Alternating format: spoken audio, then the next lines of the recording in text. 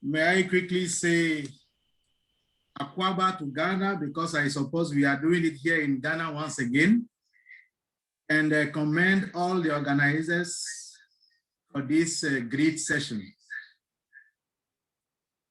And, you know, when I was asked to make a keynote address for this convening, I was first elated because when you work normally with, our politicians, you get accustomed to celebrating an opportunity to speak to people.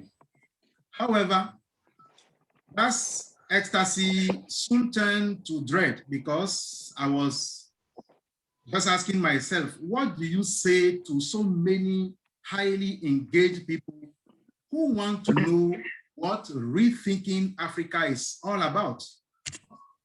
Is it just a word we say to excite you all into coming for yet another online workshop, or is it a clarion call to change the way we have been thinking about Africa and indeed its opportunities and challenges? Or is it a reaction to the context in which we must see an Africa that responds differently to emerging global challenges such as the pandemic that we are all aware of, or the SDGs that we work towards, or even the African Union and its many ambitious plans? And for me, this is the first challenge for you all as participants. Ask yourself, why is it necessary to rethink Africa? As we consider the many possible responses to this, let me deposit a few of my musings on the matter. For a long period of time, Africa has been viewed as the continent that is in need of caring and less, the continent that cannot provide a cure. Some of us grew in a time when coups and civil wars were severely trending. This convening has chosen to focus on four. Décidé de pouvoir is the pursuit of a holistic and sustainable peace. Number two, challenging the deficit of democracy and electoral violence. And number three, coming to terms with different forms of migrations and its implications. And then number four, confronting the scourge of human trafficking. These four topics have been discussed extensively at various Black activities and will further be deliberated upon during this two-day workshop. Due to the organization that I represent here, I obviously view this through a corruption lens. For if our continent was able to plug the holes through which the peoples of this continent lose resources due to corruption, there will be no need to our youth to migrate in highly dangerous and illegal ways to seek better economic opportunities. There will be less bloody elections based on a need to access state resources. There will be other options than resorting to armed conflict in order to feel included in governance systems. And hopefully, there will be less desperation that human traffickers can exploit. The story is not as simple, but for long in our era, we have focused on how bad corruption is and its negative effects. Important as this may be, we have not paid as much attention to how much better our society will be if we manage to address corruption. We have not shared enough on those who have managed to resist corruptive tendencies and stood firm for accountability and transparency. We have acknowledged our heroes in a way, a manner in which we can name our villains. This is how I see this convening making a difference. This is how I look at rethinking and even reimagining as a strategic change in our responses to both our challenges and our opportunities. It means seeking inspiration and averting frustration.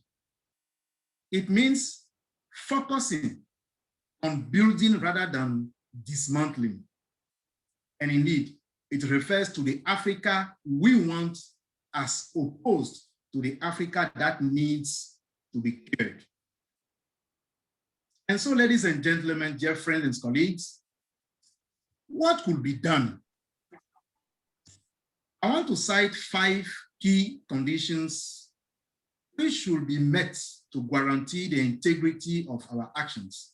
Number 1 will be the rule of law to substantiate claims to human rights and electoral justice. Number 2, professional competent electoral management bodies with full independence of action to administer elections that are transparent and merit public confidence. And number 3, institutions and norms that promote multi-party competition and division of power that bolster democracy as a mutual security system among political contenders. Number 4, removing barriers. And this includes legal, administrative, political, economic, and social to universalize and equal political participation. And finally, number 5, regulating uncontrolled, undisclosed, and opaque political financing. So what are some of our values on which we can leverage? Africa has a rich culture and strong values such as respect and honor for elders, self-control and courtesy, virtues of forgiveness, harmony and peaceful coexistence, diligence and indulgence, truth and honesty, unity and cooperation, humanity, morality, integrity are some of the cornerstones that we can be using in prevention and resolution of conflicts in Africa. Now together, let's look at the way forward. Election offers the opportunity, especially to emerge democracy, to build strong institutions and promote good governance, of which the result will be economic growth and the much-awaited development. African countries can stand to gain much from transparent, credible, and fair electoral processes and can achieve the goals they have set themselves through it.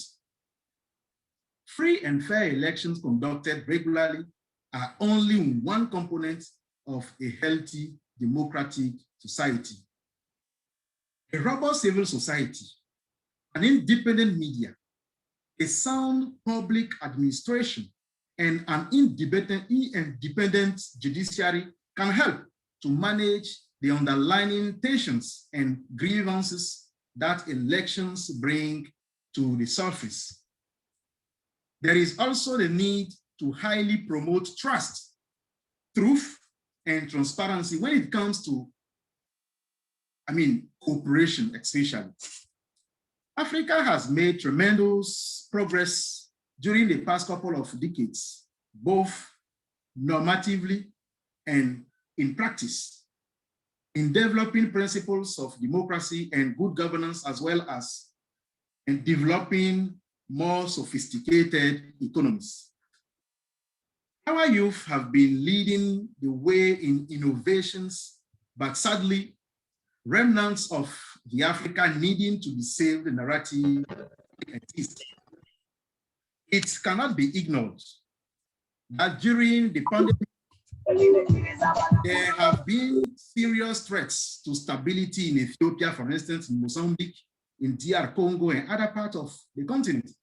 There have been electoral practices that defy the spirit of an African charter, of the African Charter on Democracy, Elections, and Governance, and there have been instances of corruption and malfeasance, even in the distribution of COVID-19 relief finances. So, how do we rethink the continent? We have to hold firm on the positive stories of people who are risking their lives to defend their rights and freedoms, to the youth who are offering new and novel solutions, to the women who are charting a new and unlimited path for their daughters. We have to balance the narrative so that we are not inhibited by the negativity that may surround our perspective of Africa, but we are also inspired by the possibilities and opportunities within our continent. We must be able to rid ourselves of what Wangari described as a legacy of woes, which shackles our thinking and ambitions. We should certainly now bequeath such limitations to our future generations, but groom to be audacious in their aspirations. And in doing so, we must look to act. And I want to repeat this. In doing so, we must act. We must look to act rather than only talk about being a more inclusive and prosperous continent. Allow me to learn here, ladies and gentlemen, by quoting the great Kwame Nkrumah in his famous appeal, Africa Must Unite. And I quote, "For this end, Africa needs a new type of citizen, a dedicated, a modest, a honest and informed man or woman, a man or a woman submerges self in service to the nation and mankind, a man or a woman who abhors greed and detests vanity, a new type of man or woman whose hard work and determination is his character, whose humility is his strength, and whose integrity is his greatness."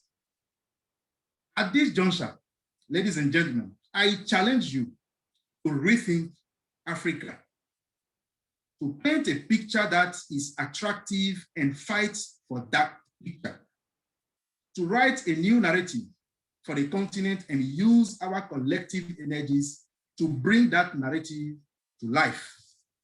This is not to ignore the challenges and the frustrations, but to shift our starting point to where we want to go rather than where we don't want to be. So rethinking and reimagining Africa to me is adjusting our thinking so that we can improve our actions with a clear focus for a better continent. Asante sana, I say to you all. Thank you.